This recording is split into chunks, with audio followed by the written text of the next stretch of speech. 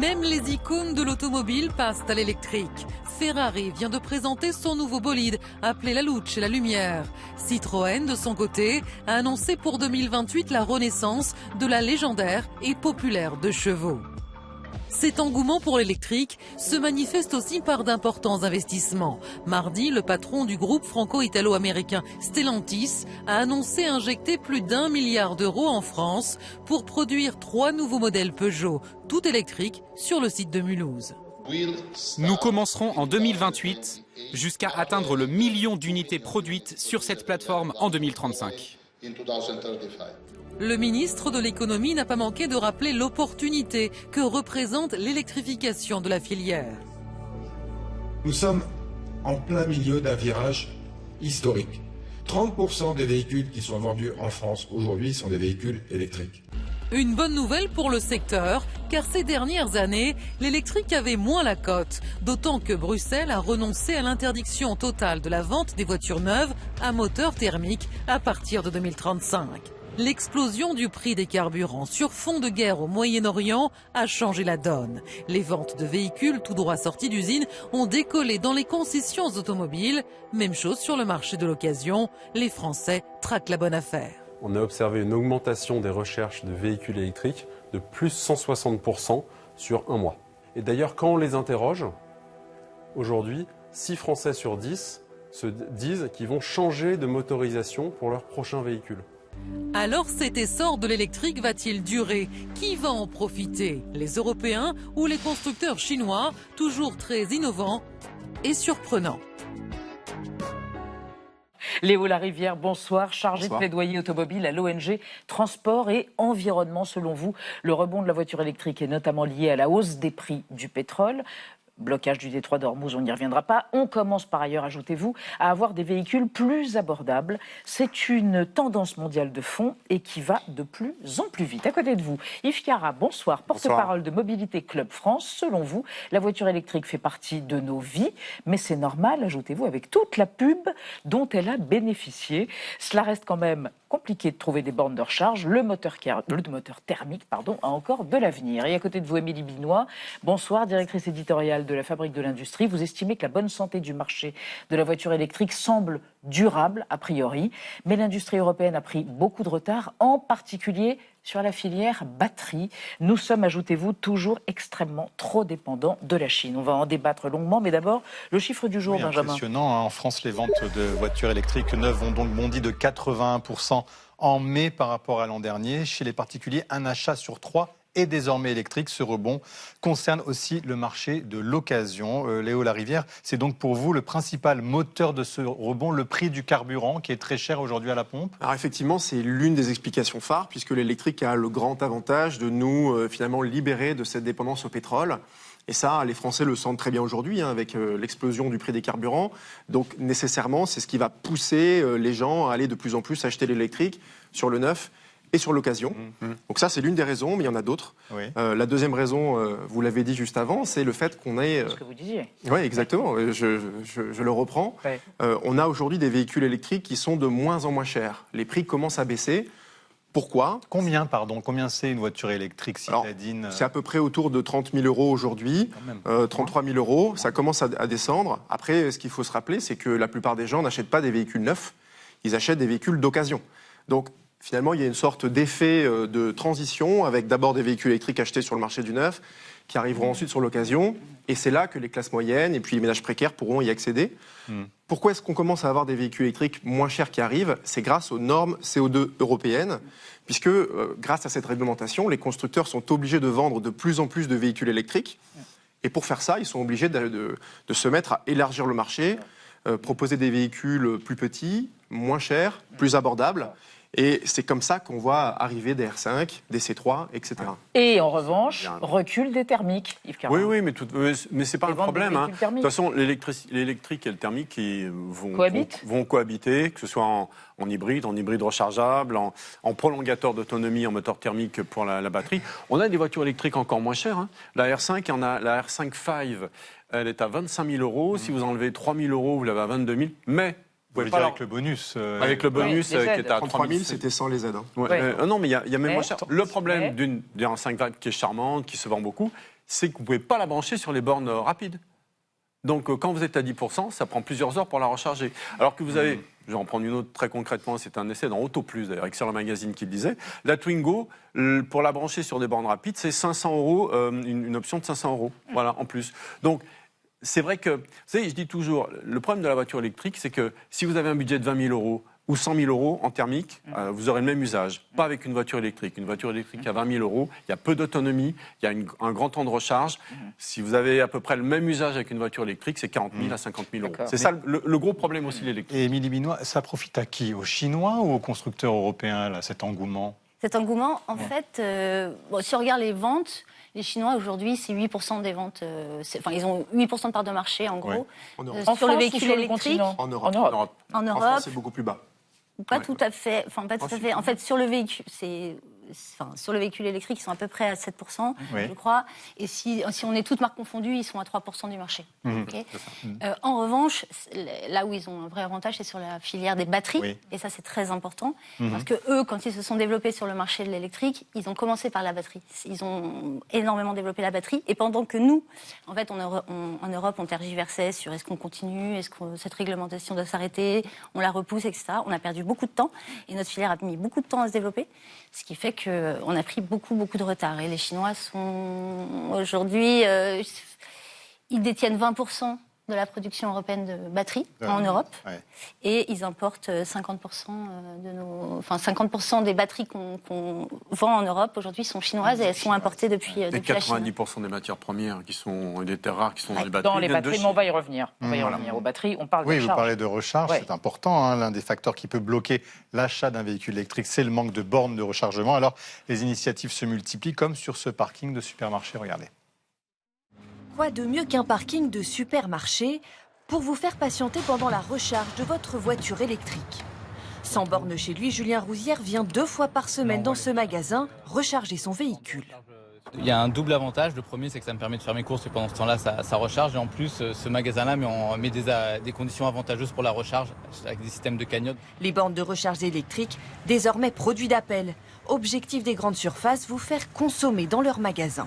Léo Larivière, on a passé un cap là dans l'équipement en rechargement, en borne de recharge, parce que ça reste quand même cher en tant que particulier si on veut le faire dans son pavillon par exemple. Hein, il faut compter entre 1 200 et 2 500 €, c'est pas rien. Il faut aller sur ce genre de structure. Alors 1 200, 1 500, c'est plutôt si on veut des grosses bornes avec de la recharge rapide. Et en fait, personne n'a vraiment besoin de ça chez soi.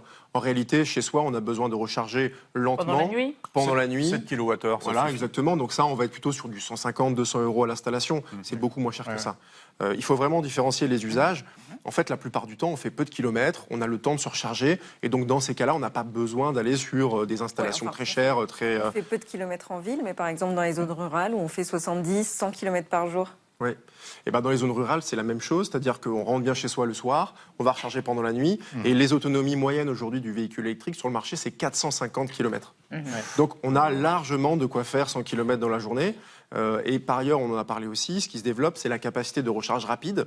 Donc si on a besoin, par exemple, de faire un long trajet, par exemple pour les vacances qui vont bientôt arriver, eh bien, on a aujourd'hui une capacité de recharge rapide qui se développe. On a des bornes de recharge rapide sur les autoroutes, de plus en plus sur les parkings de supermarchés, etc.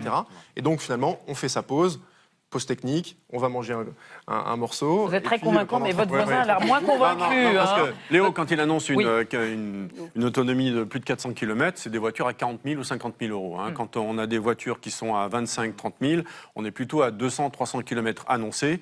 Et voire beaucoup moins, il y a même des personnes... Ce qui est très bien par rapport aux usages. C'est bien, oui, si on fait 200 km dans une journée, ce qui est déjà énorme, ça suffit largement. Mais on a même des procès qui commencent à arriver de particuliers qui attaquent des constructeurs en disant « Vous m'avez vendu une autonomie à 400 km, en fait, j'en fais que 250 et je vous attaque. » Donc, il faut faire attention. Mais en usage quotidien, c'est très bien l'électrique. Il faut avoir... Franchement, moi, je conseille d'avoir une recharge à la maison, sinon c'est vraiment la galère. Puis d'abord, vous la payez plus cher à l'extérieur. Chez vous, vous allez payer 20 à 30 centimes le kilowattheure. Voilà. Hein. À l'extérieur, vous êtes à 65, 70 centimes. Oui, ça double. Donc, ça double et c'est le prix d'une thermique aux 100 km. Mais Émilie Binois, ça a quand même convaincu les artisans. On disait récemment encore, voilà, les utilitaires, ils ne s'électrifient pas. Voilà. Aujourd'hui, on se rend compte que le parc aussi professionnel est en train de devenir électrique. C'est pas rien. C'est vrai, ce qui est intéressant, c'est qu'effectivement, dans les immatriculations et dans le bon, il y a un autre élément dont on n'a pas parlé, c'est l'électrification des flottes d'entreprises. Ce sont des gros acheteurs. Aujourd'hui, la fiscalité est tellement lourde sur les véhicules émetteurs de CO2 qu'ils sont obligés de s'électrifier. Et donc, une immatriculation sur 2, au sein des flottes, c'est un véhicule électrique. Incitation fiscale, c'est un marché. C'est ce que j'allais dire. Aujourd'hui, on est à 40% de part de marché sur les sociétés en électrique, sur les voitures. Sur les utilitaires, on est autour de 15-20%. Et ça, c'est vraiment quelque chose de spectaculaire parce qu'en 2023, on était à 12%. Et on est passé à 40%. C'est à peu près 30% du marché du neuf. Donc c'est aussi ce qui explique ce boom absolu de l'électrique dans les immatriculations. Et c'est très intéressant d'abord parce que les entreprises, elles vont aussi se libérer du pétrole et donc les aléas du marché pétrolier, pour le coup, c'est quelque chose qui ne va plus les concerner. C'est des acteurs qui renouvellent très vite leurs véhicules, au bout de 3-4 ans en moyenne. Donc c'est des véhicules qui vont arriver sur le marché de l'occasion, qui vont perdre de la valeur et qui vont pouvoir être rachetés par les classes moyennes. Moins cher. Donc c'est vraiment... finalement, tout bénef pour tout le monde, cette histoire d'électrification des véhicules de société, et c'est grâce à la fiscalité, effectivement. Et qui perdent beaucoup de valeur. Les voitures électriques perdent beaucoup plus que des thermiques sur les premières années. Mais Émilie Bineau, ça n'empêche pas Stellantis d'investir 1 milliard d'euros en France. Mais alors, ça va être quoi ces investissements exactement ? Alors, Emmanuel Macron avait annoncé 1 milliard consacré au développement des véhicules électriques par Stellantis. Bon, c'est pas tout à fait ça, en fait. Quand Stellantis a présenté son plan, on se rend compte que c'est plutôt 1 milliard dans des plateformes multi-énergie. Ça veut dire que Stellantis ne veut pas mettre tous ses sous dans le même panier électrique. En gros, il n'est pas encore sûr est-ce que l'électrique va vraiment fonctionner, etc. Et surtout, ils ne veulent pas se mettre à dos leurs partenaires chinois. C'est-à-dire que c'est vraiment du made with China. Et donc, par exemple, ils vont développer leurs 2 chevaux avec Leapmotor sur une architecture qui appartient à Leapmotor. Donc voilà, il faut... Donc avec les Chinois. Et bien alors justement, puisque vous parlez de coopération, on va en parler avec vous trois et avec Anna. Il n'y a pas seulement de la concurrence, mais il y a aussi de la coopération avec la Chine. Oui, ces derniers temps, les co-entreprises franco-chinoises fleurissent. Il y a eu l'exemple de Renault avec le chinois Geely, une co-entreprise nommée Horse, créée en 2024, détenue à 50-50 par les 2 pays. C'est d'ailleurs Geely qui a permis à Renault de sortir sa nouvelle Twingo tout électrique en moins de 2 ans. La conception a été pensée à Shanghai par des équipes franco-chinoises et l'assemblage, lui, s'est fait en France, en Seine-Maritime précisément. Autre exemple de partenariat récent, Stellantis qui a annoncé il y a 2 semaines une nouvelle co-entreprise avec son partenaire chinois Dongfeng. Et ensemble, ils envisagent de produire un nouveau modèle de véhicule électrique à Rennes. Et ces partenariats, ils permettent à la France non seulement de partager ses dépenses de recherche et développement, de bénéficier du savoir-faire chinois et pourraient peut-être lui permettre de rattraper son retard technologique vis-à-vis de la Chine. Et puis enfin, dernier exemple, avec la pose la semaine dernière des premières pierres d'une usine à Dunkerque, franco-chinoise, qui produira des composants de batteries électriques.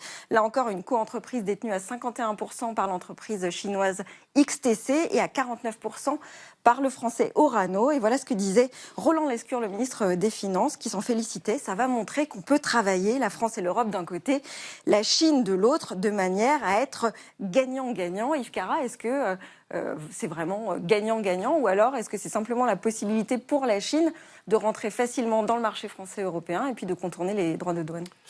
À court terme, c'est gagnant-gagnant, parce qu'il y a des usines qui sont à 50% de leur production, donc les Chinois disent fabriquez nos voitures, comme ça elles sont fabriquées en France, il n'y aura pas le malus, etc. Sur le moyen et long terme, le concurrent va absorber le plus petit, quoi. Je veux dire. Vous pensez que c'est un cheval de Troie pour les Chinois ? Oui, je pense que, mais c'est une bataille économique, voire une guerre économique. En Chine, les entreprises sont subventionnées par l'État. Je crois que c'est un secret pour personne. Donc voilà, il ne faut pas se faire d'illusions. Dans les 10-15 ans qui viennent, les Chinois domineront l'industrie automobile européenne, allemande compris, parce que c'est les plus forts, qu'ils ont une grosse technologie, même en thermique, ils sont bien. Et que voilà. Vous savez, il y a un chiffre, en 2019, ils exportaient 300 ou 400 000 voitures. En 2025, 7 millions. Oui. Vous voyez, ça va très très vite. C'est un raz-de-marée qui arrive. Léo Larivière, en même temps, sur les transferts de compétences, vous pensez vraiment que les Chinois vont être capables de partager leurs secrets de fabrication ? Alors finalement, cette arrivée des Chinois en France, c'est un risque et c'est une opportunité. Opportunité parce qu'effectivement, comme l'a dit Yves, ça permet de remplir des usines qui ne fonctionnent pas à plein. Finalement, quand on voit l'exemple de Toyota à Valenciennes, ça fonctionne bien. On a des emplois, de l'activité, on a une chaîne de valeur qui est positionnée dans le nord de la France. Donc c'est un bel exemple. Tout l'enjeu, ça va être de regarder dans le détail les partenariats, de quoi ils retournent. Est-ce qu'on va avoir toute la chaîne de valeur qui va être en Chine et nous, on va juste mettre le dernier écrou pour que la bagnole, elle soit finalement mise sur le marché en France en évitant les droits de douane. Comme Renault avec la Twingo. Voilà, ou alors, et on a des politiques qu'on peut activer, on a des outils européens et français qu'on peut activer, finalement pour obliger les Chinois, comme ils l'ont fait avec nous d'ailleurs dans les années 90 et 2000, à transférer la technologie, à mettre des activités, des emplois sur place et à faire en sorte qu'on puisse avoir finalement un rattrapage qui s'opère en Europe. Et ça, c'est pas quelque chose qui est de l'ordre du mirage, hein. Simplement, c'est des politiques à mettre en place, volontaristes, qui commencent petit à petit à faire leur chemin à Bruxelles. On en discute de plus en plus, donc de la préférence européenne, des conditionnements aux investissements, en disant « Ok, vous pouvez investir chez nous, notamment à Rennes par exemple, mais à condition qu'une partie de la chaîne de valeur, de la valeur ajoutée, des emplois, soit réalisée chez nous. » C'était une erreur. Non, mais c'est la réalité. Non, mais la théorie est très belle. C'est ce que les Chinois ont fait, on peut faire la même chose. Voilà, c'est ce que les Chinois ont fait, mais en Europe, on est... On a le même genre de levier pour faire Non, on n'est pas très confiant sur ce que va décider, pouvoir imposer Bruxelles aux Chinois sur notre territoire. S'ils nous disent, bon, vous savez quoi, les batteries et les terres rares, on vous les vendra plus cher, on sera dépendant de 2 à 90%. Ils vont nous tenir économiquement, il n'y a pas de souci. On peut être assez peu confiant sur les belles théories qu'on peut développer à Bruxelles et ce qu'on peut imposer aux Chinois, il faut être clair. Parce qu'on a quand même un marché de 450 millions de consommateurs, très important pour les Chinois, et c'est un levier important pour leur dire, si vous voulez accéder à ce marché-là, il ne faut pas oublier que les Chinois sont très surcapacitaires. C'est-à-dire qu'en Ils Chine, ne vendent plus sur le marché, mais ils ont besoin d'exporter. Ils ont besoin d'exporter énormément. Aujourd'hui, ils sont capables de produire 45 millions et ils en vendent 28 millions sur leur marché. Est-ce que l'Europe, Émilie Billon, n'a pas fait une erreur en allégeant l'interdiction de vente de voitures thermiques neuves après 2035 ? Je pense que ça va faire débat avec votre voisin, finalement. C'est pointe au cœur, là. Mais d'abord, pourquoi est-ce que l'Europe va peut-être revenir en arrière, ou est-ce que maintenant c'est fait, ce sera plus une obligation d'ici 2035 de vendre uniquement de l'électrique ? En fait, bon, d'abord, pour donner une petite précision, l'interdiction ne porte pas sur les véhicules thermiques et l'obligation de vendre des véhicules électriques. Il ne faut plus vendre de véhicules qui émettent du CO2. Alors, ça paraît... Dans les faits, c'est pareil. Ouais. C'est pareil, sauf qu'il y a d'autres opportunités possibles. Enfin, on peut en parler. Enfin, les carburants de synthèse, les e-fuels, pourquoi pas. Autorisés, qui ont été autorisés. Oui, absolument, ils ont été autorisés. Mais deuxième génération, pas les premières générations. Non, mais justement, c'était une erreur ou pas pour vous ? Oui, pardon. Est-ce que c'était une erreur ? Je vais pas répondre. Je peux pas répondre. Est-ce que c'était une erreur ? Ce qui est certain, c'est qu'on n'a pas la martingale et que je ne sais pas comment on peut faire pour combiner climat, travailleurs et consommateurs sans qu'il y ait des dégâts. Donc si on veut effectivement atteindre la neutralité carbone, il va falloir y aller. Il va falloir aller sur l'électrique.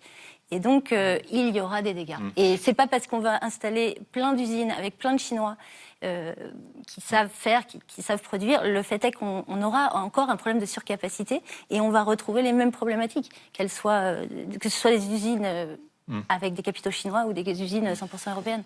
L'échéance de 2035, ça aurait pu aider à l'électrification Yves Carré, peut-être faire diminuer les prix s'il y avait davantage de ventes. Ils se sont trompés de cible, les députés europééens. Ah bon ? C'est pas le moteur thermique le problème, c'est le pétrole qu'on met dedans. Oui, donc les émissions de CO2. Oui, c'est ça. Vous savez, il y a des voitures qui roulent au superéthanol. Moi, je roule au superéthanol. Oui. Je pollue quasiment pas et je paye mon litre moins d'€1. OK, toutes les voitures pourront pas rouler au superéthanol. Certains disent aussi que c'est une production agricole qui met à mal les terres françaises aussi. Voilà ce qu'il y a derrière. Alors, ceux qui disent ça doivent appeler... Non, ceux qui disent ça doivent appeler Bioéthanol France. Ils leur expliqueront avec Nicolas Kurtzouglou et les autres qu'il n'y a pas de concurrence avec... voilà, c'est même pas moi qui vais vous le dire. Appelez Bioéthanol France, c'est eux qui vont vous le dire. On sait produire plein de carburants, qu'on appelle les carburants liquidement carbonés, qui peuvent remplacer le pétrole. On sait faire depuis longtemps. À quel coût ? À quel prix ? À quel coût ? Plus on en fabriquera, moins il sera cher. Ouais. Moi, le 85 est à moins d'€1. Moi, je fais un plein à 35 € et je roule pendant 500 km. OK, toutes les voitures, mais vous avez le B100, vous avez le bioéthanol, le biocarburant, vous avez plein de choses. Il y a 2 jours, j'ai vu un camion avec une grande affiche. Moi, je roule à l'huile de colza. OK, tant que c'est pas en concurrence. Non, mais je veux dire, on sait mettre autre chose, et plein de choses dans un moteur thermique pour qu'il ne pollue pas, que ce soit pas du pétrole. Donc, ils se sont trompés de cible. C'est le moteur, c'est le pétrole qu'il faut enlever, pas le moteur thermique. Alors, effectivement, si on demande aux vendeurs de bioéthanol si c'est bien le bioéthanol, ils vous diront c'est bien le bioéthanol. En fait, la réalité, c'est qu'on a une concurrence très forte sur les terres agricoles. Non. Une bonne partie des entrants de ces bioéthanols... Non, c'est pas vrai. Pas sur l'alimentation.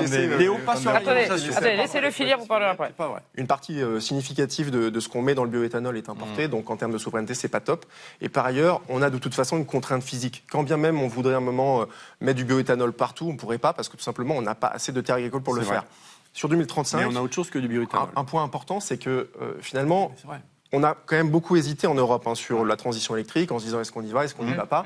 2035 a eu quand même un intérêt, c'est de dire on a une date butoir, on va aller dans ce sens-là, et donc il y a eu des investissements énormes qui ont été faits. En France, on a investi 25 milliards pour faire ces gigafactories, pour convertir les sites d'assemblage, et ça nous a permis d'une certaine manière d'être encore dans la course. Sans 2035, on serait encore à vendre des voitures thermiques pendant que le monde s'électrifie et on serait totalement à la ramasse. Donc c'est ça qui est intéressant avec 2035. Maintenant, est-ce qu'il faut l'amender, mettre un peu de souplesse? Pourquoi pas? Après, l'enjeu, c'est quand même de tenir le cap, parce que le marché automobile est en train de partir très vite à l'électrique. Et si on n'est pas capable de concurrencer les Chinois sur cette technologie, eh bien tout simplement, on n'existera plus sur la carte du marché automobile de demain. Donc c'est ça l'enjeu. En fait, finalement, il faut qu'on arrive à accélérer et à se mettre à niveau avec les politiques de protection. Une réaction rapide, Yves Carra, et après Émilie Benoît. En Afrique, l'électrique, c'est pas trop leur problème. C'est un petit marché. Oui, mais ça le devient. En Amérique, pas trop non plus. Ouais. Vous voyez, pardon, mais c'est minuscule. Donc, faut faire attention. Hein. Quand vous voyez l'Europe, c'est tout petit, et c'est pas nous qui allons sauver la planète en mettant de l'électrique là-dessus. Ça, c'est un débat dans le débat, parce qu'Émilie Benoît, la Norvégien, c'est 98% de voitures électriques. Bon, comment ils ont fait? Ils ont investi massivement, c'est comme ça. Avec, par exemple, des voitures de location qu'on ne trouve qu'électriques là-bas. Oui, mais c'est un peu. Alors je fais cette comparaison. Non, mais c'est un peu l'image de la Chine. C'est-à-dire qu'en Norvège, ils ont décidé ça il y a très très longtemps. Ça date d'il y a au moins 15 ans cette. Oui, c'est 98% des ventes en 2025. Voilà. Donc ça veut dire volonté ils ont mis le politique. paquet là-dessus. Il y avait une vraie volonté politique. Nous, au niveau européen, on a hésité. Et les hésitations. Mais il y a eu 200 milliards investis quand même en Europe pour les voitures électriques. C'est pas rien. Oui, c'est pas rien. C'est pas rien. On n'en parle pas assez. On l'entend pas assez. Et on ne parle pas non plus de l'origine des capitaux. C'est-à-dire que si vous prenez les 200 milliards, 109 milliards, c'était pour la filière batterie. Et je vous ai dit tout à l'heure, 20%, c'est des capitaux chinois, 40%, c'est des capitaux coréens. Faut regarder ça, 5%, c'est européen. Seulement 5% de ces capitaux. Donc il y aura un problème de souveraineté à un moment donné là-dessus. Il y a quand même un problème, oui. Vous n'avez pas l'impression que sur les 200 milliards, par rapport à tout ce qui a été investi, on a eu peu d'effets finalement? Parce qu'on en est quand même toujours qu'à 2-3% de voitures électriques en France. Nous resterons sur votre question, car le débat est terminé. Vous reviendrez répondre tous les trois à votre question, et ainsi de suite. Voilà. Merci en tous les cas à tous les trois.